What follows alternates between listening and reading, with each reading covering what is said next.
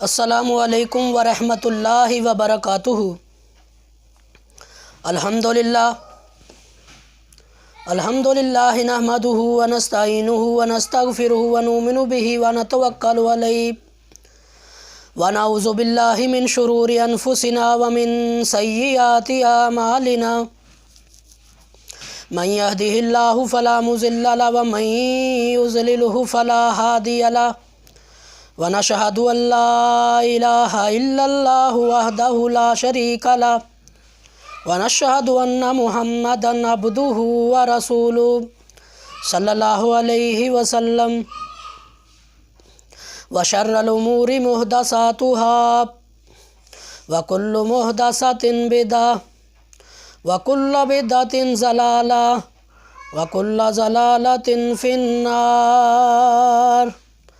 اعوذ باللہ السمیع العلیم من الشیطان الرجیم، بسم اللہ الرحمن الرحیم۔ ان الدین عند اللہ الاسلام،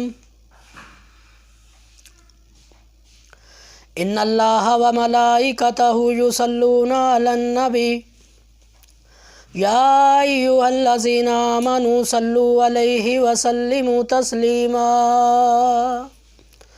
ہر قسم کی حمد و ثنا اللہ رب العالمین کے لیے، بے شمار بے حساب درود و سلام امام الانبیاء سید الانبیاء جناب محمد الرسول اللہ صلی اللہ علیہ وآلہ وسلم کی بابرکت ذات کے لیے۔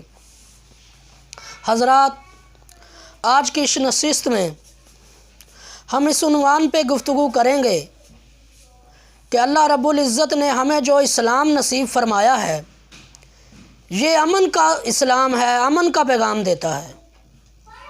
اسلام خیر خواہی کا نام ہے۔ آج پوری دنیا کے اندر میڈیا اس بات کو اچھالتا ہے کہ اسلام دہشت گردی کا مذہب ہے، اسلام جناب شر پسندی کا مذہب ہے، لیکن میں انشاءاللہ اللہ کے فضل اور کرم کے ساتھ قرآن مجید کی آیات اور دو جہانوں کے سردار حضرت محمد صلی اللہ علیہ وآلہ وسلم کے فرامین کے ذریعے سے اس بات کو ثابت کروں گا کہ اسلام دہشت گردی کا مذہب نہیں، اسلام شر پسندی کا مذہب نہیں، بلکہ اسلام امن کا مذہب ہے۔ چنانچہ حضور صلی اللہ علیہ وسلم نے حجۃ الوداع کے موقع پر جو خطبہ ارشاد فرمایا تھا، اس کا جو مفہوم ہے وہ میں آپ کے سامنے رکھ رہا ہوں۔ آپ نے فرمایا، اے لوگو خبردار، تمہارا رب بھی ایک ہے اور تمہارا باپ بھی ایک ہے، حضرت آدم علیہ السلام کی طرف اشارہ۔ اللہ نے کسی عربی کو کسی اجمی پر کوئی فضیلت نہیں دی اور کسی اجمی کو کسی عربی پر کوئی فضیلت نہیں دی، کسی گورے کو کسی کالے پر کوئی فضیلت نہیں اور کسی کالے کو کسی گورے پر کوئی فضیلت نہیں، الا بالتقوی۔ فضیلت کس کو حاصل ہے؟ اللہ کی نظر میں عظمت والا کون ہے؟ فرمایا، جو اللہ سے زیادہ تقوی حاصل کرے گا، جس کے دل میں زیادہ تقوی ہوگا، وہ اللہ کے نزدیک اتنا ہی پسندیدہ ہوگا اور اتنی ہی عظمت والا ہوگا۔ جتنا کوئی پرہیزگار زیادہ ہوگا، اللہ کے نزدیک اتنا ہی وہ محبوب ہوگا۔ لہٰذا یہ جو ذاتیں ہیں، کوئی کہتا ہے میں مہر ہوں، میں جٹ ہوں، میں ملک ہوں، میری بڑی برادری ہے، فلاں چھوٹی برادری والا ہے، اللہ کے ہاں یہ کوئی نہیں۔ اللہ کے ہاں وہی فضیلت والا ہے جس کے پاس تقوی ہے۔ آپ صلی اللہ علیہ وسلم نے پوری امت کو یہ امن کا پیغام دیا۔ کسی گورے کو کسی کالے پر اور کسی کالے کو کسی گورے پر، کسی عربی کو کسی اجمی پر اور کسی اجمی کو کسی عربی پر کوئی فضیلت نہیں۔ فضیلت کس کو ہے؟ الا بالتقوی، جس کے پاس تقوی زیادہ ہے وہ فضیلت والا ہے۔ چنانچہ دوسری حدیث میں پیش کر رہا ہوں، حضرت ابو ہریرہ رضی اللہ تعالیٰ عنہ بیان کرتے ہیں، ہم مسجد نبوی میں بیٹھے ہوئے تھے، آپ صلی اللہ علیہ وسلم بھی تشریف فرما تھے۔ ایک اجنبی شخص آتا ہے اور آ کر حضور صلی اللہ علیہ وسلم کے گھٹنوں کے ساتھ گھٹنے لگا کر بیٹھ جاتا ہے۔ ہم میں سے اس کو کوئی بھی نہیں پہچان رہا۔ اس نے آ کے حضور سے سوال کیا، مل ایمان، ایمان کیا ہے؟ آپ صلی اللہ علیہ وسلم نے فرمایا، ایمان اس چیز کا نام ہے کہ لوگ اللہ پر ایمان لایا جائے، اس کی کتابوں پر ایمان لایا جائے، اس کے فرشتوں پر ایمان لایا جائے، اس کے نبیوں پر ایمان لایا جائے، اور اللہ کی ملاقات پر یقین رکھا جائے، اور یوم آخرت پر ایمان رکھا جائے۔ اس نے دوسرا سوال کیا، مل اسلام، اسلام کیا ہے؟ آپ نے اس کا جواب دیا، اسلام اس کا نام ہے کہ اللہ کی عبادت میں کسی کو شریک نہ کیا جائے، فرض نماز کو ادا کیا جائے، زکوٰۃ جب فرض ہو ادا کر دی جائے، رمضان کے روزے رکھے جائیں، اور اگر اللہ استطاعت دے تو زندگی میں ایک بار حج کیا جائے۔ یہ اسلام ہے۔ اس نے اگلا سوال کیا، مل احسان، احسان کیا ہے؟ نیکی کیا ہے؟ آپ نے فرمایا کہ تو اللہ کی عبادت کرے کہ تو اس کو دیکھ رہا ہے، اور اگر یہ کیفیت پیدا نہیں ہوتی تو یہ کیفیت تو ہونی چاہیے کہ اللہ تمہیں دیکھ رہا ہے۔ اس نے اگلا سوال کر دیا، قیامت کب آئے گی؟ فرمایا جتنا علم سوال کرنے والے کو ہے ویسے ہی میرا خیال ہے۔ کیا مطلب؟ کہ قیامت کا علم تو اللہ کے پاس ہے، ہاں میں کچھ نشانیاں بتا دیتا ہوں۔ آپ نے فرمایا جب بکریاں چرانے والے بڑی بڑی حویلیاں بنا لیں گے، اونچی اونچی بلڈنگیں بنا لیں گے، تو سمجھنا قیامت آنے والی ہے۔ پھر آپ صلی اللہ علیہ وسلم نے سورہ لقمان کی یہ آیت فرمائی جس کا مفہوم ہے کہ قیامت 5 چیزوں کا علم اللہ کے علاوہ کسی کے پاس نہیں ہے۔ قیامت کب آئے گی؟ بارش کب ہوگی؟ ماں کے پیٹ میں کیا ہے؟ کل کیا ہوگا؟ اور کس زمین پر موت آئے گی؟ سارے کا سارا علم تو اللہ کے پاس ہے۔ اس نے یہ 4 سوال کیے اور میرے آقا نے ان کے جواب دیے۔ وہ اٹھ کے چلا گیا۔ آپ صلی اللہ علیہ وسلم نے فرمایا، صحابہ دیکھو یہ جو جانے والا ہے یہ کدھر کو جا رہا ہے؟ صحابہ بھاگ کے جو باہر دیکھنے کے لیے گئے، فرمایا یا رسول اللہ ہمیں تو وہ نظر ہی نہیں آیا۔ آپ نے فرمایا میں بتاؤں یہ کون تھا؟ جی یا رسول اللہ ضرور بتائیے۔ فرمایا یہ جبرائیل علیہ السلام تھے اور آپ کو آپ کا دین سکھانے کے لیے آئے تھے۔ اب آپ مجھے یہ بات بتائیں، چاہے کوئی دیوبندی ہے، چاہے کوئی بریلوی ہے، چاہے کوئی وہابی ہے، سارے مجھے اس بات کا جواب دیں کہ اس حدیث کے اندر اللہ کے نبی صلی اللہ علیہ وسلم نے کسی کو مارنے کا حکم دیا ہے؟ کسی کو زبردستی سزا دینے کا حکم دیا ہے؟ کسی کو زندہ جلا دینے کا حکم دیا ہے؟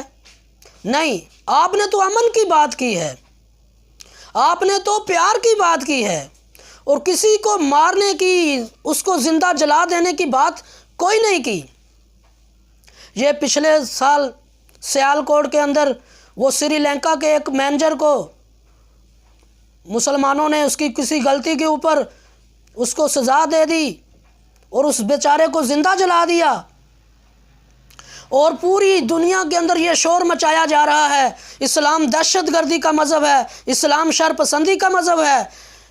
میں یہ کہتا ہوں اسلام میں اس چیز کی کوئی اجازت نہیں کہ کسی کو پکڑ کر اس کو سزا دی جائے، اس کے لیے حکومت موجود ہوتی ہے۔ سیالکوٹ واقعے سے اسلام بدنام نہیں ہوا، اسلام تو امن کا پیغام دیتا ہے۔ سیالکوٹ کے واقعے میں جن لوگوں نے یہ کام کیا اور یہ غلطی کی، یہ گناہ کیا، وہ قصوروار ہیں۔ اسلام تو امن کا پیغام دیتا ہے، اسلام تو ہے ہی خیر خواہی کا نام۔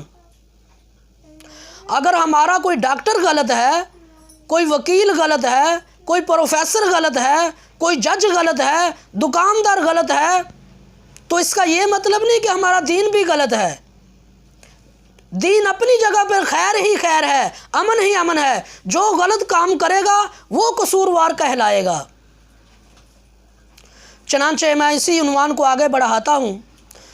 حضور پاک صلی اللہ علیہ وسلم نے زندگی کے آخری دور میں حضرت معاذ بن جبل رضی اللہ تعالیٰ عنہ کو یمن کا گورنر بنا کر بھیجا، اور آپ نے ان کو نصیحتیں فرمائیں، اور بھی بہت ساری نصیحتیں ہیں، لیکن جو میرے عنوان کے مطابق ہے میں اس کو عرض کر رہا ہوں۔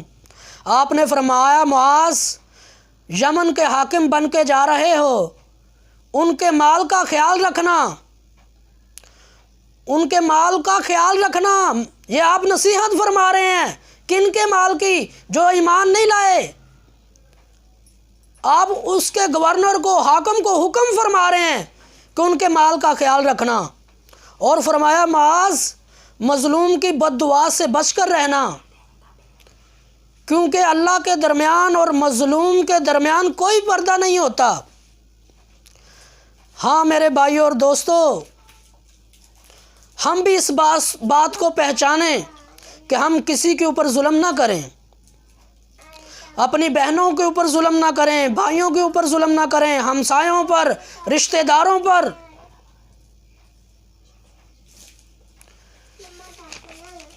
اللہ تعالیٰ نے اسلام جو ہمیں دیا ہے یہ سراسر خیر خواہی ہے۔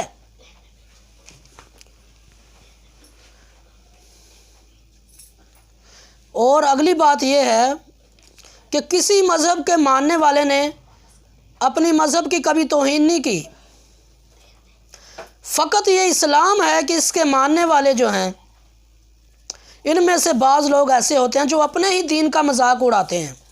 کسی ہندو نے کبھی اپنے کسی مذہب کی جو عبادت ہے اس کی توہین نہیں کی، اگرچہ بھلے وہ اس میں عبادت نہ کریں جیسے ان کے مذہب میں ہے، لیکن وہ توہین نہیں کرتے، مذاق نہیں اڑاتے اپنی عبادت کا۔ سکھ اپنی عبادت کا مذاق نہیں اڑاتے۔